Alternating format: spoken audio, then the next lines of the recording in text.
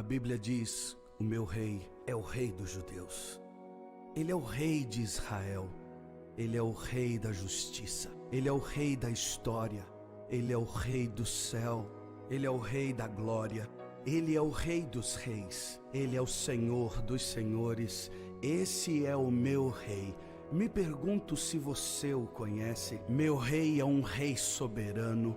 Nenhum tipo de medida pode definir seu amor ilimitado. Ele é continuamente forte, inteiramente sincero, eternamente constante. Ele é imortavelmente gracioso, imperialmente poderoso, imparcialmente misericordioso. Você o conhece? Ele é o maior fenômeno que jamais cruzou o horizonte deste mundo. Ele é o Filho de Deus, Ele é o Salvador do pecador, Ele é a peça central da civilização, Ele é incomparável, Ele é único, Ele é a ideia mais elevada em literatura. Ele é a mais alta personalidade em filosofia. Ele é a fundamental doutrina da verdadeira teologia. Ele é o único qualificado para ser um Salvador totalmente suficiente. Me pergunto se você o conhece hoje. Ele supre força ao fraco. Ele é disponível para o tentado e atribulado. Ele se compadece e ele salva. Ele endireita e sustenta. Ele guarda e ele guia. Ele cura o doente, ele purifica leprosos, ele perdoa pecadores, ele absolve devedores, ele liberta os cativos, ele defende o fraco, ele abençoa crianças, ele serve o infortunado, ele considera o idoso, ele recompensa o diligente, ele embeleza o humilde. Me pergunto se você o conhece. Ele é a chave do conhecimento, ele é a fonte da sabedoria, ele é a entrada do livramento, ele é o caminho da paz, ele é a rodovia da justiça, ele é a estrada da santidade, ele é o portal da glória. Você o conhece bem. Sua vida é inigualável, sua bondade é ilimitada, sua misericórdia é para sempre, seu amor nunca muda, sua palavra basta, sua graça é suficiente. O seu reino é reto, o seu jugo é suave e o seu fardo é leve.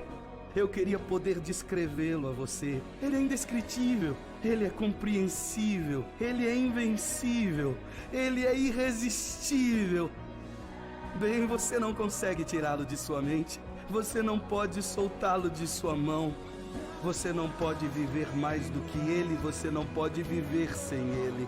Bem, os fariseus não o suportaram, mas descobriram que não poderiam pará-lo. Pilatos não pôde encontrar culpa alguma nele. Herodes não pôde matá-lo. Morte não pôde dominá-lo. E a sepultura não pôde retê-lo. Sim, esse é meu rei. Esse é meu rei.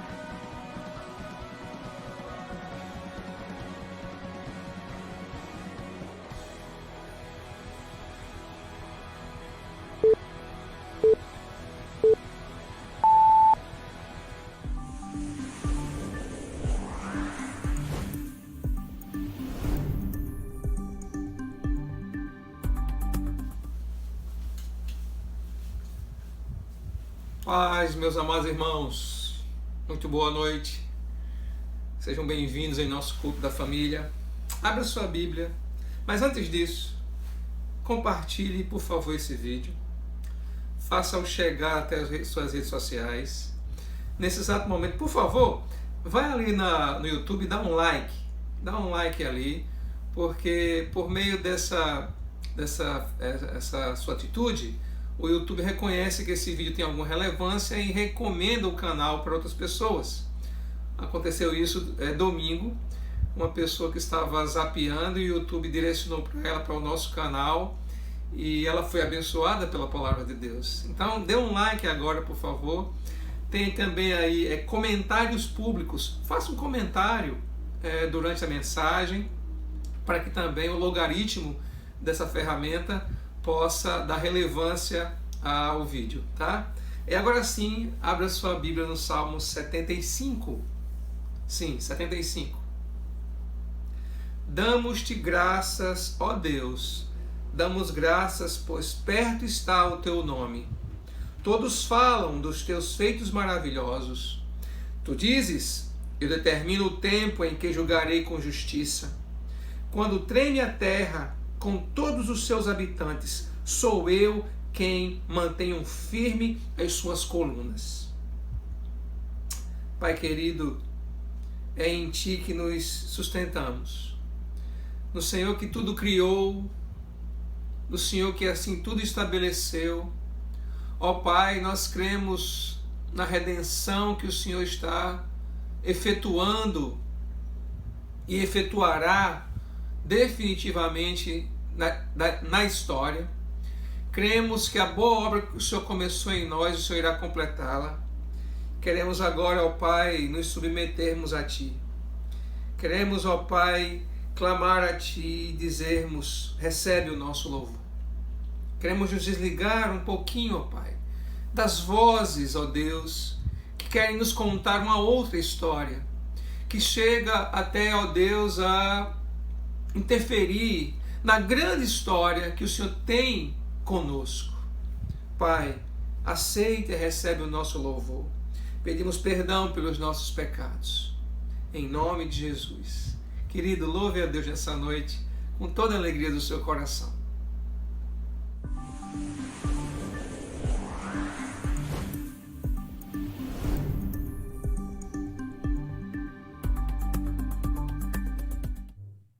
Boa noite, irmãos. Graça e a paz do Senhor Jesus. Exaltemos o nome dele, amém? Nosso Deus, Ele está aqui. Ele está em mim, está em você, está em cada um de nós. O nosso Deus, Ele é onipresente. E Ele nos abençoa, nos capacita e nos fortalece em cada momento das nossas vidas. Amém? Louvemos a Ele. Aleluia.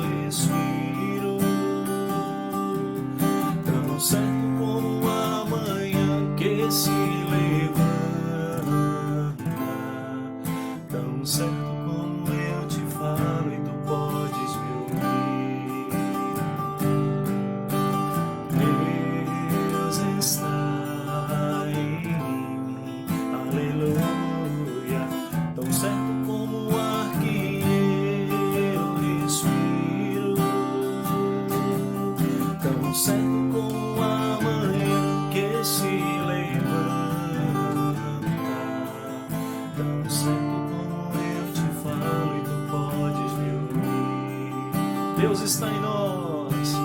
Deus está em nós. Aleluia. Tão certo como o ar que eu respiro, tão certo como a manhã que se levanta, tão certo como eu te falo e tu podes me ouvir.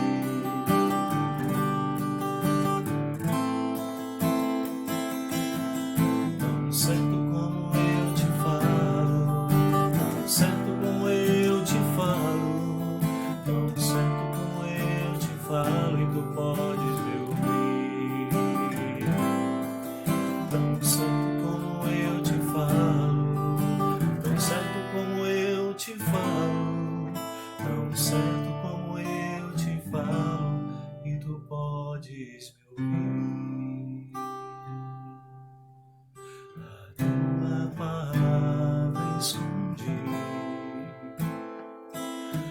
guardada no meu coração,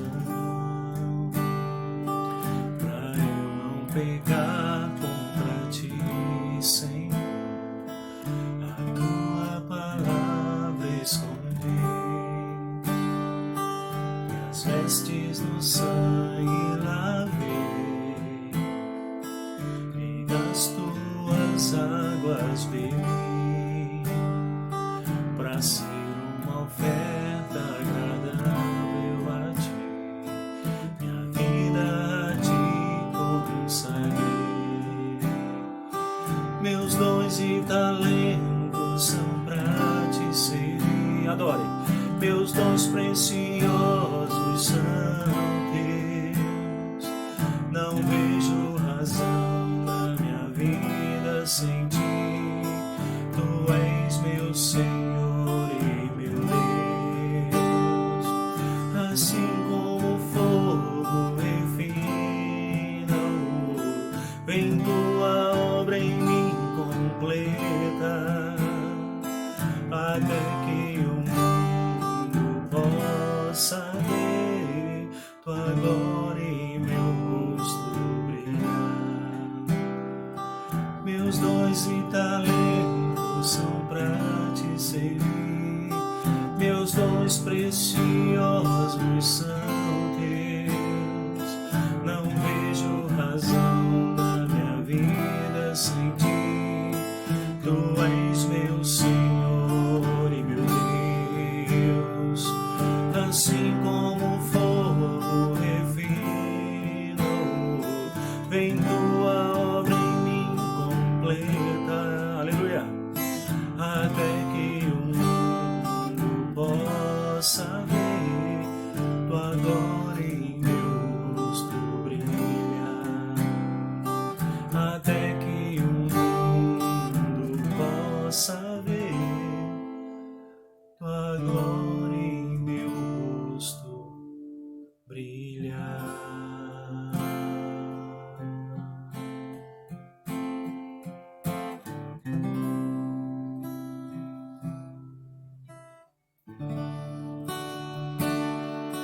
Aleluia. Quando o meu erro e o meu orgulho descer comigo e se misturar como as águas do rio, então subirei como Naamã curado. Eu abro mão de tudo que sou, só pra servir-te, ó meu Senhor. Eu abro mão de tudo que sou, só pra te adorar, Senhor, Senhor. Quebra o meu orgulho, eu quero descer e mergulhar nas águas do teu amor. Me purifica, eu quero ser limpo como Naamã no teu poder. Mais uma vez, do início, adoremos ao Senhor. Declare, cante essa canção como se fosse a sua oração. Aleluia. Quando o meu eu e o meu orgulho descer comigo e se misturar com as águas do rio, então subirei como Naamã curado. Eu abro mão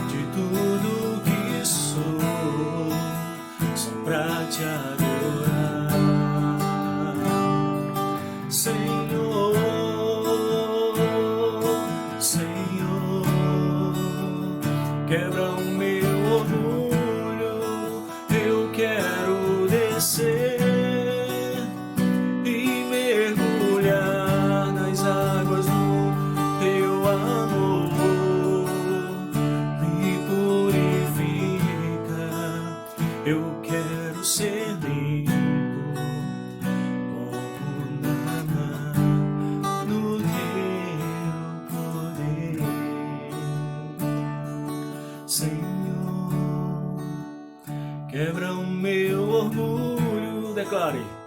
Eu quero descer e mergulhar nas águas do teu amor. Me purifica, eu quero ser limpo como lama no teu poder.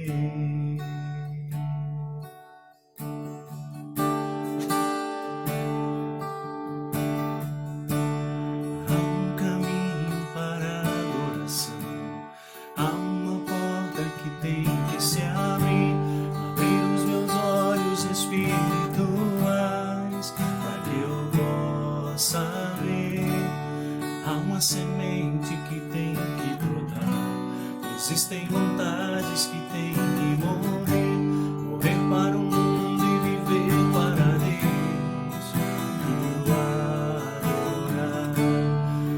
Adorar a Deus, viver no seu altar.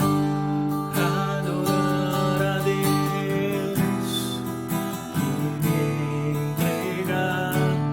Adorar a Deus, viver no seu altar.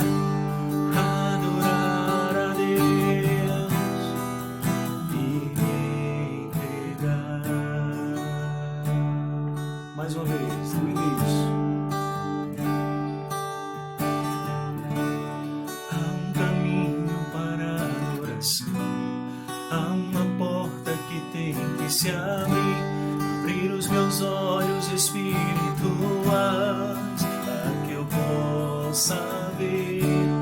Há uma semente que tem que brotar, existem vontades que tem que morrer, morrer para o mundo e viver para Deus.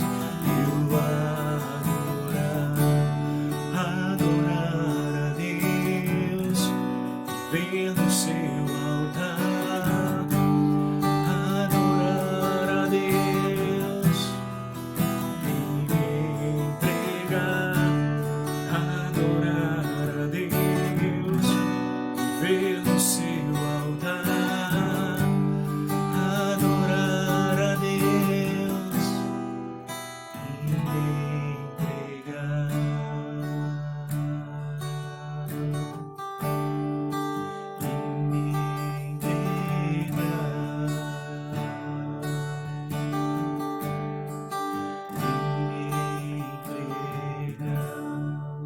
E me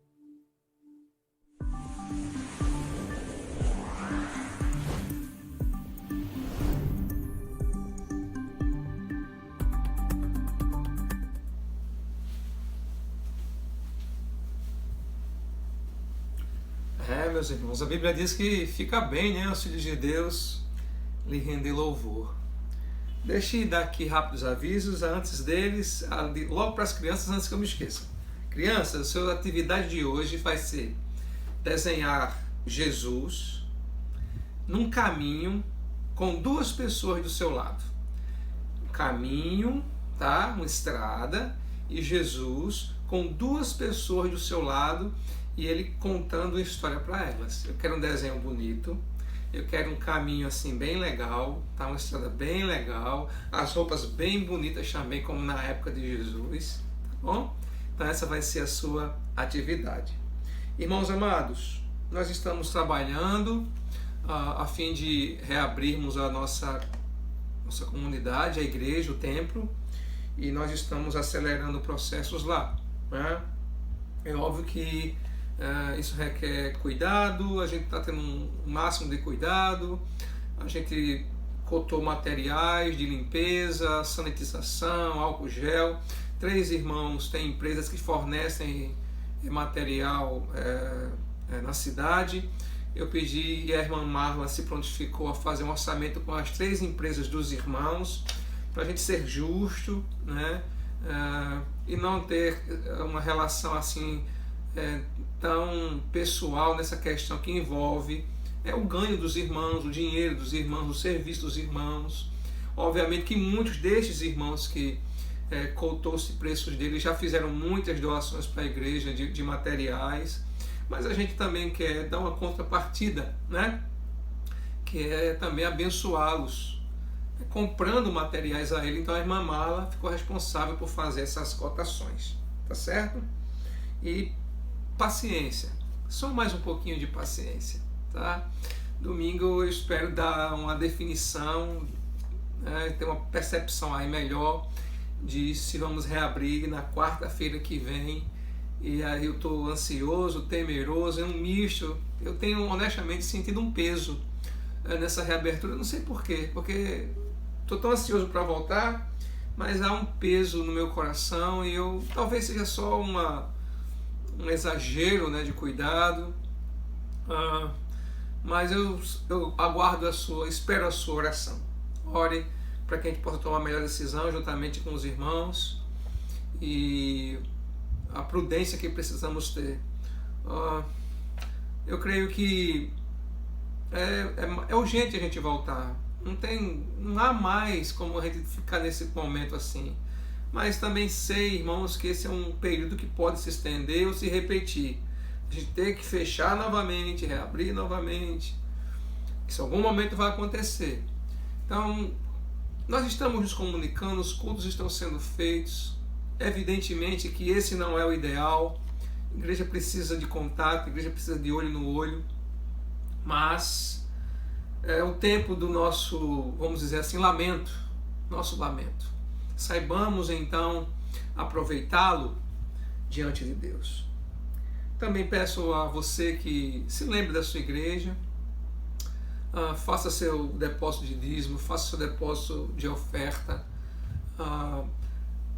Pessoas que precisam de cestas básicas, eu deixei, já passou mais aquele período mais, né?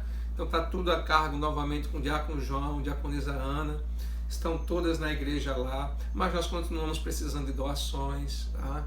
Eu inclusive vi preços essa semana de cestas básicas lá no Açaí, tem dois preços de R$ 55 e R$ 35, estão podendo fazer uma oferta direcionada para isso, é só também nos falar, tá certo? Vamos então nessa noite para a palavra de Deus e eu quero submeter primeiro esse momento de oração. Queria fazer uma oração para esse momento agora. Pai querido, eu quero pedir a Ti que ilumine nossas mentes. Eu quero pedir ao Senhor que nossos corações sejam aquecidos nessa noite. Eu quero pedir ao Senhor que as histórias que competem com a Sua história, elas sejam demovidas do nosso coração, para que encontremos, ó Pai, o sentido de tudo o que estamos passando, não só nesse momento da pandemia, mas na nossa própria vida. Senhor Jesus, nos ajude. Eu peço em nome do Teu Filho amado, Pai, no nome de Jesus. Eu quero começar essa noite com a seguinte pergunta: qual o lugar da fé cristã em nossa cultura? Eu creio que não seja uma pergunta feita por muitos. Na verdade, ela é pouco feita, né? Há pouca reflexão sobre o lugar da fé em nossa cultura. Acredito que parte desse problema é devido à imensa quantidade de vozes, de opções, de distrações que nós temos à nossa disposição. O que parece que não estamos fazendo as perguntas, mas apenas absorvendo informações o tempo todo, ou melhor, absorvendo perguntas prontas, recebendo informações de perguntas que nós não fizemos, os outros fizeram por nós e nós simplesmente as assimilamos sem a devida reflexão. Isso nos distrai, queridos irmãos, e talvez sejamos em toda a história a geração mais desatenta, mais distraída que esse mundo já presenciou. Viver hoje, evidentemente, é extremamente complexo. As mudanças são cada vez mais rápidas, não temos tempo de digerir tudo o que recebemos, pois sempre tem algo novo para a gente também tentar descobrir. Sempre há no meio tecnológico um aplicativo que vá facilitar a nossa vida. Um aplicativo para cada demanda que surgir, e todos eles prometem solucionar algum aspecto da nossa vida. A indústria da literatura de autoajuda continua batendo recordes de vendas. Ela também se atualizou, ela também se repaginou, e agora o que anteriormente chamávamos de guru ganhou a nomenclatura nova, são os coachings, inclusive no meio gospel. A analgesia ou medicamentização das dores é algo presente neste mundo. Que nem a dor do luto, a pessoa hoje ela quer mais sentir. Imagine, a pessoa perdeu o pai, perdeu a mãe, e ela quer ficar anestesiada. Gente, o anormal é isso. Essa é uma dor que necessariamente precisa ser sentida, vivida. De modo que a indústria dos narcolépticos movimenta bilhões no mundo inteiro.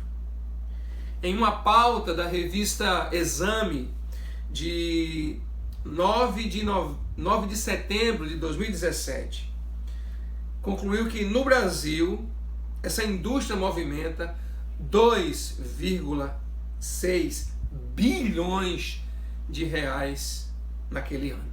Imagine só. Em janeiro deste ano, a empresa de gestão em saúde funcional Health Tech fez uma pesquisa com 327 mil pessoas, clientes desta empresa, que é localizada aqui no Brasil, e ela registrou que de 2014 a 2018 houve um aumento no consumo de antidepressivos na ordem de 23%. E isso antes da pandemia, viu, gente? Imaginem. Os antidepressivos, os analépticos, que são estimulantes do sistema nervoso central, os sedativos e os ansiolíticos, crescem em escala global o consumo destes medicamentos. Não há crises para essa indústria. Ela está em alta e vai continuar aumentando. Eu acredito que boa parte disso é desse modo de vida apressado, pouco reflexivo, onde de repente em 3 décadas tudo ficou muito urgente. Em 3 décadas tudo ficou muito urgente, muito apressado, violentamente é exigido de nós que nos adaptemos sem o tempo coerente para refletir aquilo que estão nos propondo vivermos.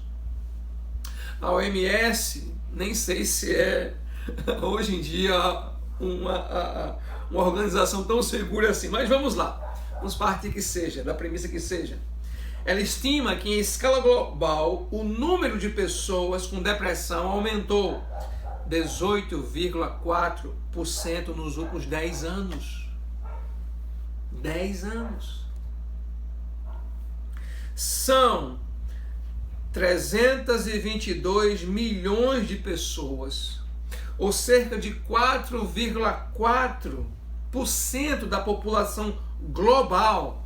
E isso eu estou falando daqueles que são diagnosticados. Imagina os que não são.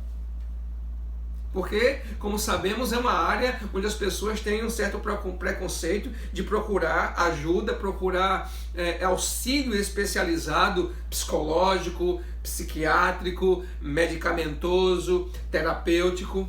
Ora, se mesmo no meio pastoral, no meio nosso cristão, as pessoas resistem em ter uma conversa com o seu pastor, fazer um gabinete, imagine fora. Não estou aqui, amados irmãos, sendo contrário a isso que eu estou descrevendo, não. Acredito até que muitos teriam uma melhor qualidade de vida se submetessem, à terapia, à interação medicamentosa, à consulta psicológica, um auxílio psicológico, ou um gabinete pastoral com uma certa assiduidade. O Brasil, queridos irmãos, é campeão na América Latina em números de ansiosos e estressados.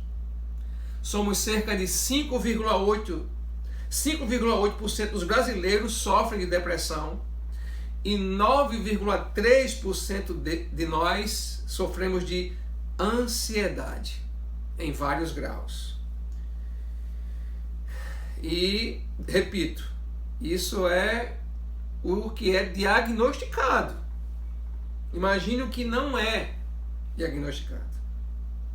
A miscelânea de opiniões e ofertas que, na tentativa de simplificar a vida, só a complicam, pode ser uma das causas de tanta doença emocional.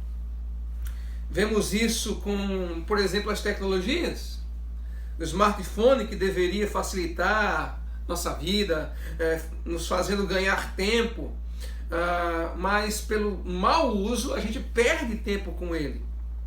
As pessoas estão hiperconectadas, mas também estão hiper solitárias.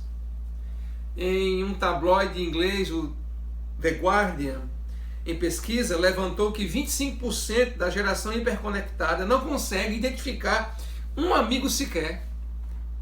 33% se sentem completamente solitários na vida. Você já imaginou isso?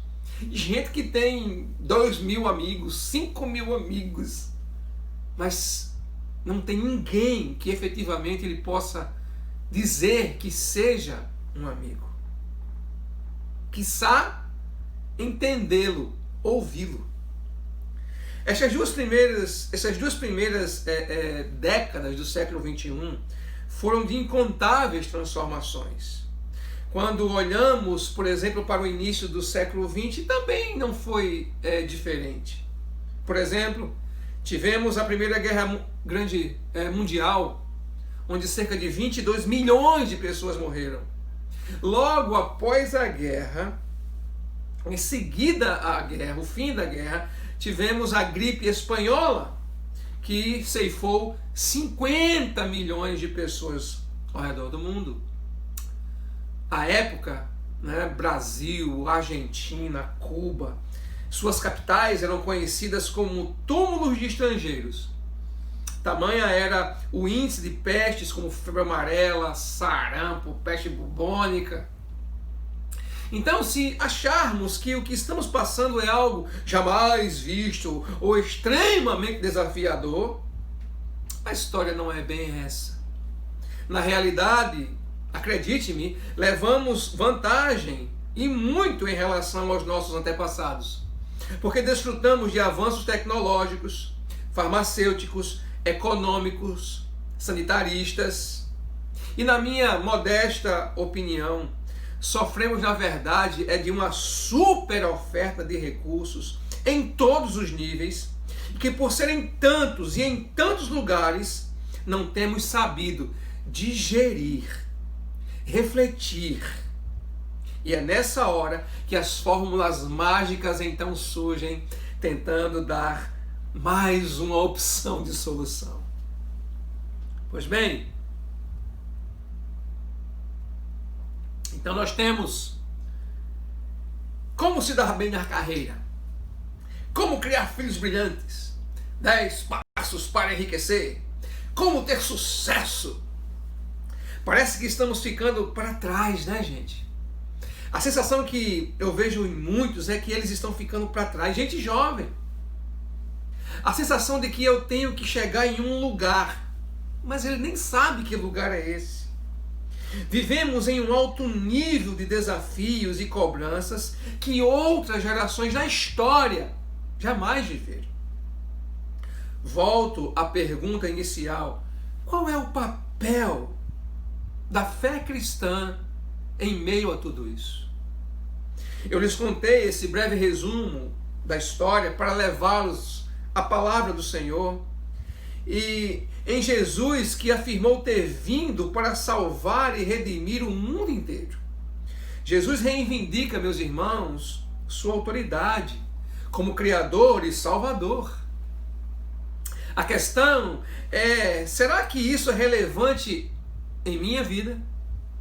Será que saber que Ele tem autoridade de Criador e Salvador faz sentido na minha história? Será que Deus realmente está comprometido com isso? Algo que eu posso fazer, ou há algo que eu possa fazer, ou eu preciso ficar só na bênção, esperando pelo céu? São perguntas. São perguntas. Ou modernamente, como disse lá o Dawkins, né? Seria Deus um delírio? Ou a pessoa de Jesus tem, de fato, total e vital relevância para este mundo? Mas vamos trazer para o nosso microcosmo a importância e relevância de Jesus para meu trabalho, para a minha família, para meus filhos, para o meu casamento, para os meus negócios. Essas perguntas não são feitas com tanta regularidade. Ou quando as fazemos e quando vamos encará-las, tentamos lançar mão da fé como se ela fosse mais um aplicativo que nós acessamos, clicamos quando surge uma demanda. Mas a fé não é isso. Uma espécie de cristianismo compartimentado, como já preguei em outra série. Em boa parte do século XX até hoje, somos talvez a geração em que a fé em Jesus, o ser cristão e os desdobramentos dessa afirmação não se relacionam com o que fazemos. Você compreende a gravidade disso, meu amado irmão? Além do mais, a fé em Jesus não tem, para muitos, qualquer relevância como eles vivem na cultura e enxergam essa cultura. Então, trabalho, entretenimento, vida acadêmica, negócios, sexualidade, nada disso se relaciona, porque a fé é encarada como um ícone de aplicativo na tela da minha vida e que só faz sentido quando eu preciso, quando uma demanda surge, quando um problema acontece, quando uma angústia me sobrevém.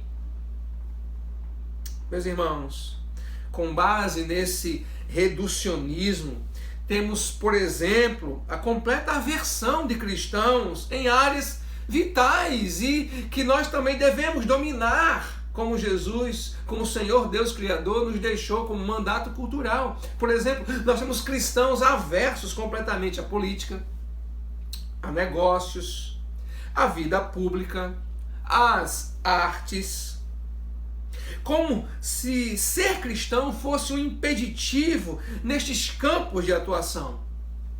Obviamente que tem coisas que convêm e outras que não nos convêm, é lógico. Acabamos, então, por isso, por conta desse reducionismo, acabamos nos tornando uma fé de gueto, incipiente, que não se comunica com a cultura, que não tem relevância onde atua. Meu Deus, quantos funcionários públicos cristãos me ouvem agora e ninguém naquela repartição sabe que ele é crente, ou então ele está lá no gueto dele com outro crente. E os dois, de alguma maneira, fazendo um certo complô, porque os outros estão ao seu redor.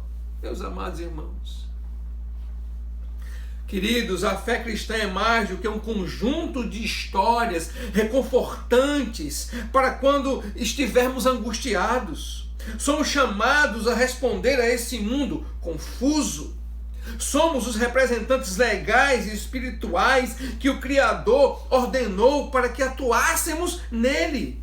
Desde o começo foi assim, mesmo apesar da ruptura a partir do pecado, o mandato cultural continua sobre nós. Queridos irmãos, Jesus nos chama para estarmos no mundo, todavia, para não nos conformarmos a este mundo. Cada ser humano carrega a imagem do Deus Criador. Mas cada salvo, cada cristão, carrega a imagem do ser humano redimido a partir da obra de Cristo. E agora este ser humano redimido, feito à imagem e semelhança de Jesus, ele está em perfeita paz e em perfeita comunhão com o seu Criador. Aquela ruptura do Éden foi desfeita em Cristo. E agora nós, cristãos, caminhamos na história em perfeita paz, em perfeita harmonia, em perfeita comunhão com aquele que nos criou. Por causa da obra, meus irmãos, não estamos mais em conflitos com Deus, por causa da obra de Cristo. A luz de Jesus brilha agora em meio às trevas através da sua vida, ou deveria brilhar. Somos chamados para abençoar este mundo, mas não sermos influenciados por ele. É aquela minha confusão de sempre. Meu Deus, o garoto passou a vida toda na igreja. Em 3 meses de faculdade ele está desviado. Onde estamos errando? Pois bem, em meio a essa miscelânea de opiniões, pressões e desafios, e de uma fé que para muitos é encarnada como um aplicativo, nós podemos cair em 2 tentações, meus irmãos. Primeira, nos assimilarmos com a cultura, encarando a fé, como disse, como se ela fosse um aplicativo, onde eu acesso quando tem alguma demanda. O resultado dessa fé assimilada à cultura é uma fé completamente irrelevante nessa cultura, que não tem qualquer significado. Nossa voz, então, é calada por nós mesmos. A segunda tentação é de nos isolarmos, vivendo em um gueto cultural gospel. Dentro dele podemos até ganhar alguma relevância, alguma distinção, mas isso está contrário à nossa missão, gente. Nós somos feitos exatamente para irmos àqueles que estão do mundo, para sermos sal e luz em meio a esse mundo sem sabor por conta do pecado e em meio às trevas por conta do pecado. Geralmente, em um ambiente assim, o moralismo toma o lugar da graça e do amor. Regras são cumpridas, cartilhas são seguidas, mas não tem graça, não tem amor. Como Cristo, então, se faz presente em nossas vidas diante dessas 2 realidades, meus irmãos? Como é isso? Como vivemos como representantes do Deus Criador e manifestamos o seu plano de salvação e redenção para este mundo perdido? Como a gente faz isso? Meus queridos, Jesus quer dar sentido a cada centímetro quadrado de nossa existência. É crucial que o cristianismo seja mais do que histórias reconfortantes que nos ajudam a prosseguir até que outro conflito venha. Precisamos desejar e responder ao chamado de Deus para que nós, seres humanos, sejamos os portadores da sua imagem na criação. A pergunta mais urgente, além de tudo que já lhes tentei demonstrar, é o que vai ficar, ou como vai ser depois dessa pandemia? Depois dessa demanda tão atual e extensa que estamos passando. Para tanto, nessa noite a gente vai analisar uma conversa dos 2 discípulos de Jesus, que após um período caótico, vamos assim dizer, como que nós estamos vivendo? Um caos. Nós estamos vivendo um caos, gente. Nós estamos vivendo confusão, nós estamos vivendo um momento de incerteza, nós estamos vivendo um momento de profundas dúvidas e conflitos interiores, familiares, de ordem de carreira, de empresa, se vai conseguir sobreviver ou não. Então a gente está vivendo um momento assim. Discípulos de Jesus estão vivendo assim hoje. Nós estamos assim. Pois bem, haviam 2 discípulos de Jesus. Em Lucas capítulo 24, que são aquela passagem quando eles estão se dirigindo a Emaús. Lucas 24:13. Naquele mesmo dia, 2 deles estavam indo para um povoado chamado Emaús, a 11 quilômetros de Jerusalém. No caminho, conversavam a respeito de tudo o que havia acontecido.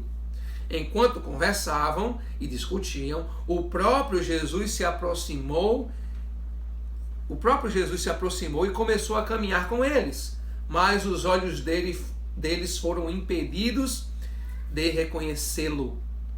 Ele lhes perguntou sobre o que vocês estão discutindo enquanto caminham. Eles pararam com os rostos entristecidos. Um deles, chamado Cleopas, perguntou-lhe: você é o único visitante em Jerusalém que não sabe das coisas que ali aconteceram nesses dias? Que coisas? Perguntou Jesus. O que aconteceu com Jesus de Nazaré? Responderam eles. Ele era um profeta poderoso em palavras e em obras diante de Deus e de todo o povo. O chefe dos sacerdotes e as autoridades o entregaram para ser condenado à morte e o crucificaram. E nós esperávamos que ele era que ia trazer redenção a Israel. E hoje é o 3º dia desde que tudo isso aconteceu. Algumas mulheres entre nós nos deram um susto hoje. Foram de manhã bem cedo ao sepulcro e não acharam o corpo dele. Voltaram e nos contaram ter tido uma visão de anjos que disseram que ele estava vivo. Alguns dos nossos companheiros foram ao sepulcro e encontraram tudo exatamente como as mulheres tinham dito, mas não o viram. Ele lhes disse: como vocês custam a entender e como demoram a crer em tudo que os profetas falaram. Não devia o Cristo sofrer estas coisas para entrar na sua glória? E começando por Moisés e todos os profetas, explicou-lhes o que estava a respeito dele em todas as Escrituras. Meus irmãos, como Jesus se conectou com aqueles 2 discípulos? Primeiro ele lhes fez perguntas. E perceba a cegueira deles, a confusão, a falta de fé, o desânimo daqueles discípulos. Parece que é um quadro que podemos descrever muito parecido com o nosso em nossos dias. Cegueira porque Jesus estava diante deles, mas não o reconheceram. Confusão porque não perceberam de que de fato era Jesus, de quem era Jesus e sua missão. Jesus, amados, ele era mais do que um profeta poderoso em palavras, um grande homem. Desânimo porque a missão de Jesus não era redimir o Israel terreno. Como Jesus então reconfigurou o coração daqueles homens, meus irmãos? Jesus poderia simplesmente ter dito: ei, gente, sou eu, estou aqui, beleza? Não, ele não fez isso. Aqueles discípulos conheciam parcialmente a história. A visão que eles tinham de Jesus era limitada por suas percepções. Eles o viam apenas como um profeta, como uma espécie de libertador militar, como alguém que as pessoas consideravam, mas era só isso. Eles chegam a dizer que as mulheres foram lá no túmulo, confirmaram que não tinha ninguém lá, voltam, outros vão lá e confirmam, mas mesmo assim aqueles homens não acreditaram. Deixaram Jerusalém e estavam seguindo para Emaús, cegos, confusos e tristes. Jesus os ouve, mas também Jesus os exorta. E isso é interessante, especialmente para a nossa geração, não me toque, mimimi, como queiram, né, do politicamente correto. Meu irmão, não espere um afago de Jesus se o que eu e você estamos precisando é de um sacode. E começando por Moisés, diz o texto, e todos os profetas, explicou o que estava em toda a Escritura acerca dele. Gente, Jesus contou toda a história e a explicou. Como é preciosa a exposição das Escrituras. Como é bela e poderosa a história que nós temos diante de nossas mãos e temos acesso para lê-la. Somos cercados, meus amados irmãos, por histórias. Quando vemos um comercial, ele nos conta uma história que nos induz ao consumo, à satisfação. Histórias moldam a nossa maneira como vemos o mundo, mas também como vivemos nele. Nós não sabemos o que aqueles homens iriam fazer em Emaús, mas se tivessem chegado lá, iriam contar um recorte da história. Por isso Jesus precisou lhes contar toda a história. Queridos, nós precisamos conhecer toda a história contada na Bíblia. Aqueles homens, sendo judeus, conheciam sua história. Mas outras histórias rivalizavam com as deles.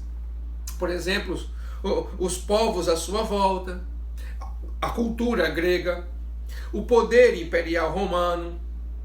Estas são as histórias que dominam o mundo deles, naquela época. Estes discípulos, em muitos, são um reflexo do que nós somos hoje. Muitos dos que me ouvem são crentes desde o berço, ou se renderam desde muito jovens. Como eles, alguns de nós nascemos dentro da fé. Parte da história recente deles havia se desmantelado. Aquilo que parecia lhes dar sentido ganhou um novo rumo em suas vidas. Até que suas histórias foi suplantada, pela nova realidade da crucificação de Jesus. Até que o poder, a história do poder de Sinédrio, suplantasse o anseio de seus corações. Até que o poder romano imperial executasse a morte de Jesus. Suas histórias então perderam o sentido.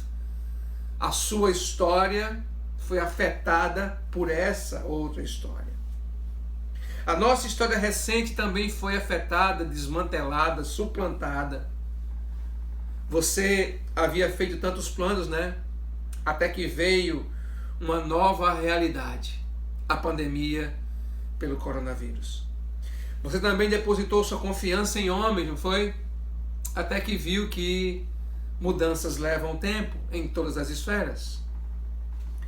O que tem deixado você, meu irmão, irado, triste, decepcionado, amedrontado? Eu os relembro que Jesus aparece a eles nesse contexto de histórias interrompidas, sonhos, planos desfeitos, reajustes. Jesus se aproxima quando a fé e a esperança, o desejo de libertação nacional os havia deixado. Mas Jesus, diante deles, eles ainda não perceberam Jesus. Querido, você tem percebido Jesus com você nesse momento que passamos?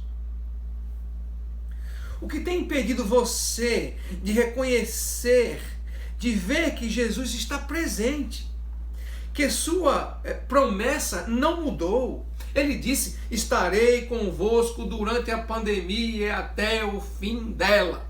Estou aqui parafraseando,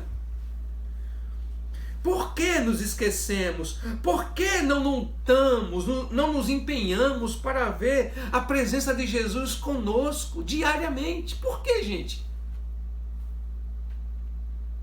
Será que a fé de aplicativo tem nos impedido de ver Jesus governar cada coisa da sua criação? E que Ele nos concedeu autoridade para trazermos o seu reino neste mundo no momento da pandemia. Eu creio nisso, meus irmãos. Ao contar a história e explicá-la, Jesus traz sentido e direção. Porque histórias têm esse poder. Elas nos orientam no mundo e elas nos dão um sentido. Ao falar de história, obviamente, não estou falando de histórias ficcionais ou da criação da nossa mente, mas da história que fundamenta a humanidade, que traz a real compreensão do mundo, da realidade definitiva que caminhamos. Um missionário norte-americano, ele foi missionário na Índia por 40 anos. Leslie Newbin. Esse homem fez uma profunda amizade com um hindu, um mestre hindu da Índia, estudioso inclusive. E certa vez esse mestre chegou para o missionário Leslie e disse: não sei por que quando os missionários cristãos trouxeram a Bíblia à Índia, eles nos falavam como se ela fosse apenas mais um livro para ler. Esse mestre disse ainda: finalmente, meu amigo, li sua Bíblia do começo ao fim. Quero que você saiba que se trata de um livro singular, pois ele dá sentido a tudo na história, do começo ao fim. Que impressionante isso, né? A percepção de um pagão, gente. Sem conhecermos toda a história, não sabemos em que ponto estamos nela.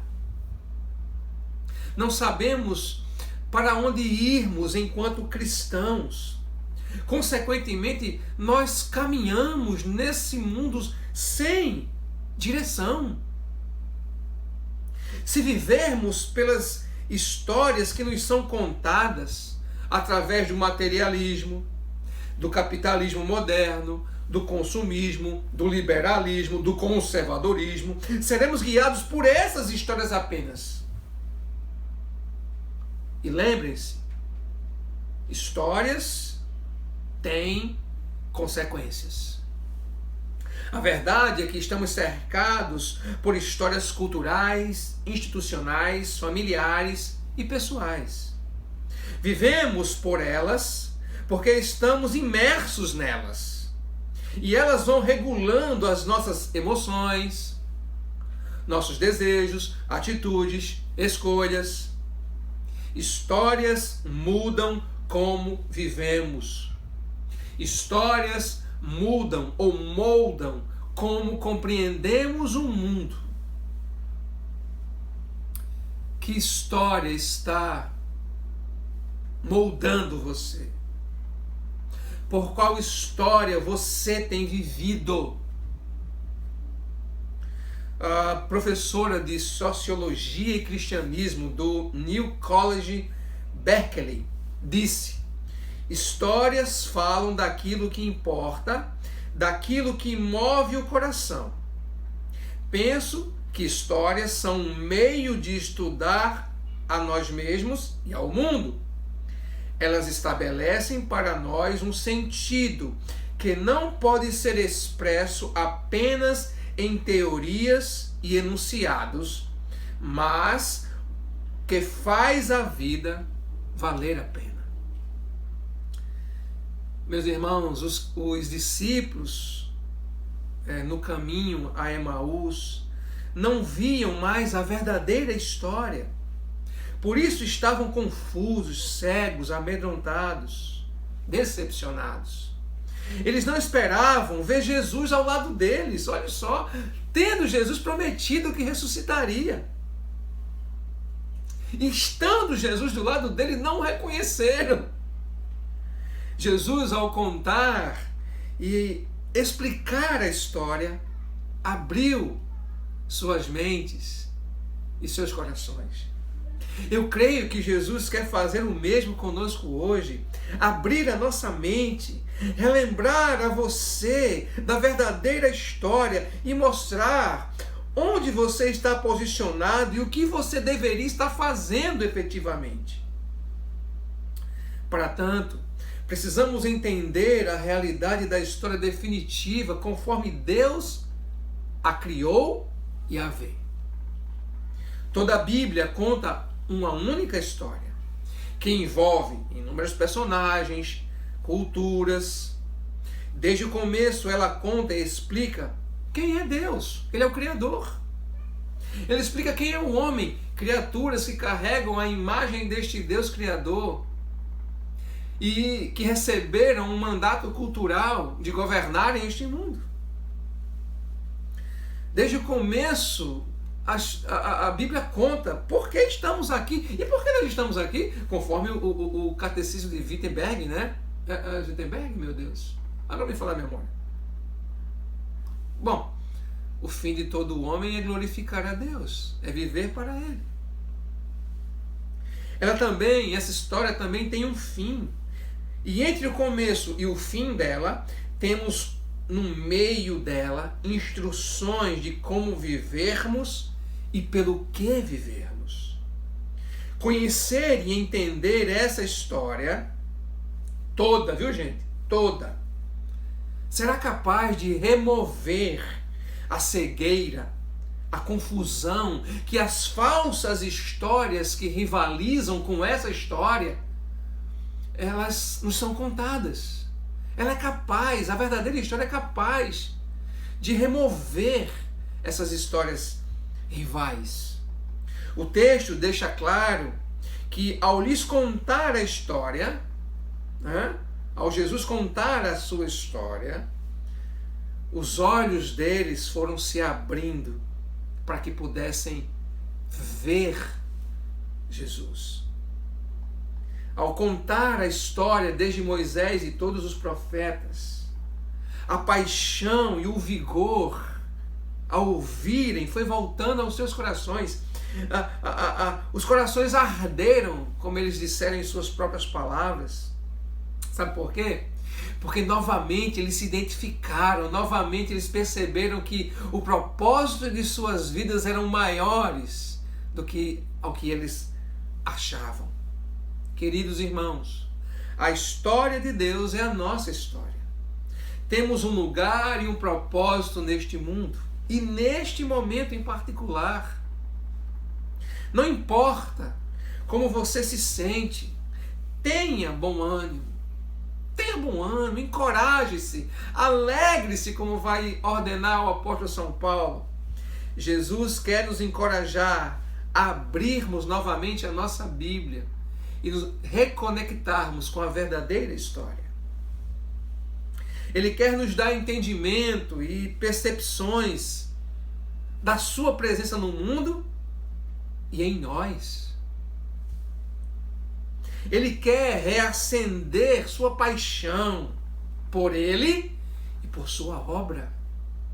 É estranho daqueles que afirmam dizer amar Jesus, mas não se envolvem com a sua obra.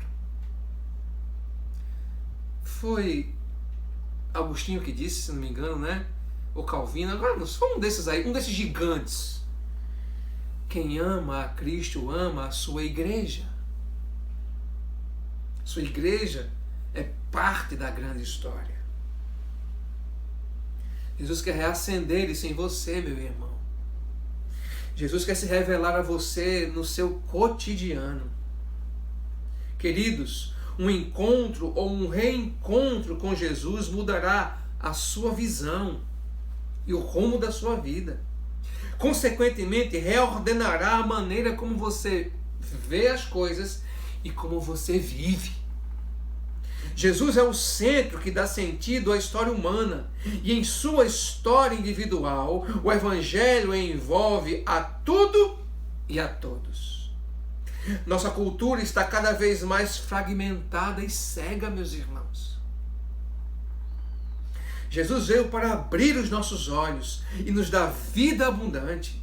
O Evangelho é tão verdadeiro quanto sempre foi e o será. Ele é o poder de Deus para a salvação. Perguntas eu preciso lhes fazer mais uma vez. Hoje foram muitas perguntas, né? Mas é para você voltar a essa mensagem e ouvi-la, reouvi-la, parar, se perguntar, anotar. E aí você vai efetivamente estar aproveitando de fato a mensagem. Onde é o seu caminho de Emaús? Em que momento da jornada você acredita estar? Nesse caminho que você está para Emaús, será que tem desânimo? Será que você está sem fé? Decepcionado? Desacreditado? Será que você está furioso, irado, revoltado? Esse é um caminho de Emaús. Qual o seu contexto? Qual o seu contexto? Social, cultural, familiar? Em que lugar você tem experimentado confusão, alienação, desconfiança, medo? Onde você anseia ver Deus presente e atuante na sua vida? Pois bem, irmãos, com os olhos abertos, o coração apaixonado e sabedores de toda a história, aqueles 2 discípulos retornaram para Jerusalém. Confirmaram que ele aparecera a Pedro e eles contaram a história que ocorreu com eles. Meus irmãos, tem vizinhos seus precisando saber da sua história com Jesus, da paixão, do amor, da graça que envolveu a sua vida e ainda a envolve. Tem vizinhos seus precisando ouvir isso. Tem familiares seus carentes de conhecer essa maravilhosa história de como Jesus transformou a sua vida. Parentes seus, amigos seus. Mas não é só isso. A atitude de voltar, de verem que estavam errados ao deixarem o lugar em que deveria estar. Jesus disse: fiquem em Jerusalém, fiquem perto dos discípulos, aguardem o Espírito Santo. Hoje temos que estar juntos, aguardando a nova Jerusalém, separados, mas juntos dentro dessa história, aguardando a nova Jerusalém que descerá do céu. Precisamos, como aqueles discípulos, retornarmos de algum ponto. Desistirmos da Emaús, que durante o caminho só tem nos trazido decepção, tristeza, amargura, falta de fé. Nós precisamos nos aconchegarmos juntos daqueles que amam e esperam a vinda do Senhor dentre as nuvens. E aí, juntos, fortalecidos, somos desafiados a levarmos essa verdadeira história a este mundo de trevas e perdidos, a este mundo de pandemia e pós-pandemia que estará detonado.